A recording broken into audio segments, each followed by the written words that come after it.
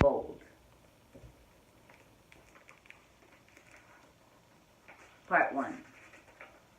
Bold technology. Goodbye linear thinking. Hello exponential. Birth of a behemoth. Birth of a behemoth. The year was 1878. George Eastman was a 24-year-old junior clerk at the Rochester Savings Bank in need of a vacation. He chose to go to Santo Domingo in the Dominican Republic. At the suggestion of a co-worker, Eastman bought all the requisite photographic equipment to make a record of the trip.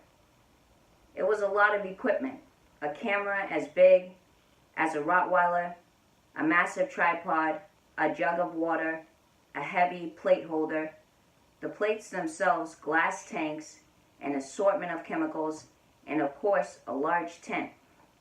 This last item providing a dark place in which to spread emulsion on the plates before exposure, and a dark place to develop them afterwards. Eastman never did go on vacation. Instead, he got obsessed with chemistry. Back then, photography was a wet art.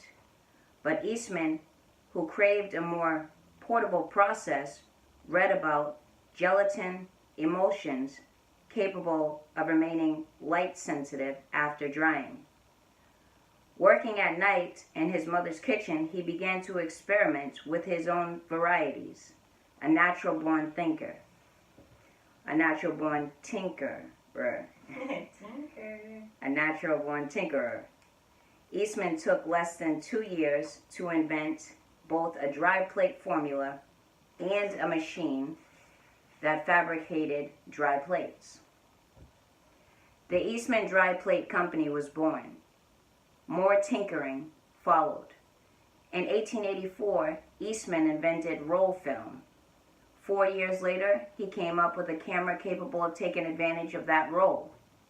In 1888, that camera became commercially available, later marketed under the slogan, "You press the button, we do the rest."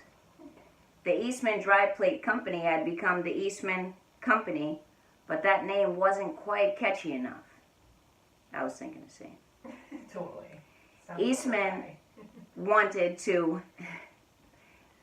wanted something stickier, not so dry. Something that people would remember and talk about. One of his favorite letters was K. In 1892, the Eastman Kodak Company was born. In those early years, if you would have asked George Eastman about Kodak's business model, he would have said the company was somewhere between a chemical supply house and a dry goods purveyor, if dry plates can be considered dry goods. But that changed quickly. The idea gradually dawned on me. Eastman said that what we were doing was not merely making dry plates, but that we started out to make photography an everyday affair. Or, as Eastman later rephrased it, he wanted to make photography as convenient as a pencil. And for the next 100 years, Eastman Kodak did just that. The memory business. Stephen is a tall man with a lantern jaw. In 1973, he was a freshly minted graduate of the Rensselaer Polytechnic Institute. His degree in electrical engineering led to a job with Kodak's Apparatus Division Research Lab, where a few months into his employment, Saison's supervisor, being Stephen, we're still talking about Stephen here, so Stephen's supervisor, Gareth Lloyd, approached him with a small request. Fairchild Semiconductor had just invented the first charge coupled device, or CCD, an easy way to move an electronic charge around a transitor.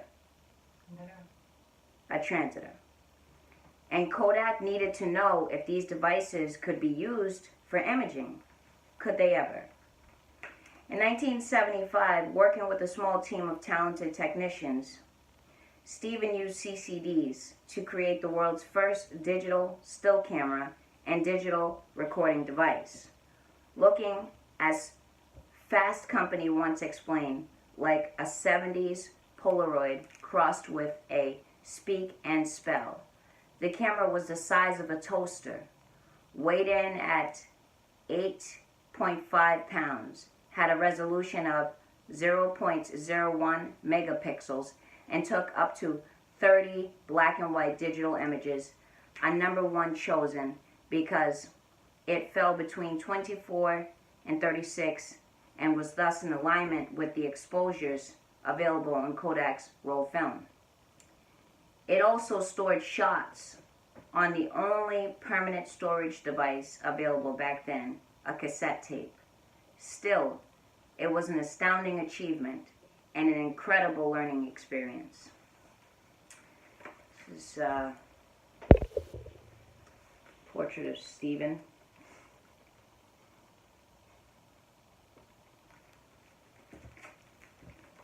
Rather dry, I know.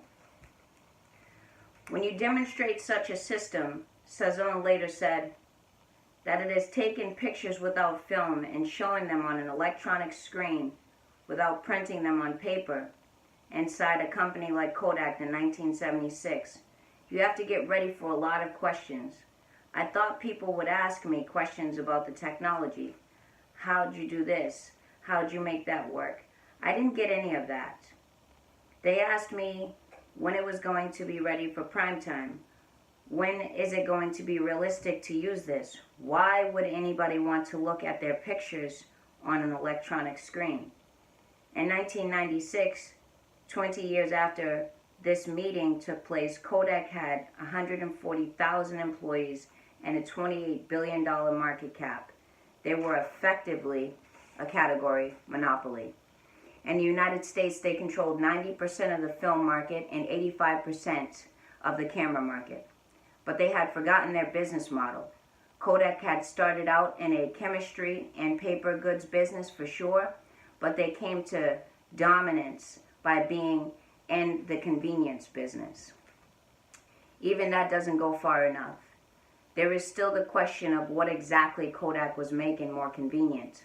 Was it just photography? Not even close. Photography was simply the medium of expression. But what was being expressed? The Kodak moment, of course. Our desire to document our lives, to capture the fleeting, to record the ephemeral. Kodak was in the business of recording memories, and what made recording memories more convenient than a digital camera. But that wasn't how the Kodak Corporation of the late 20th century saw it.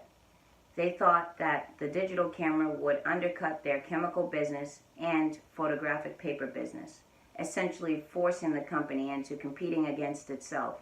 So they buried the technology, nor did the executives understand how a resolution 0.01 megapixel image camera could hop on an exponential growth curve and eventually provide high-resolution images.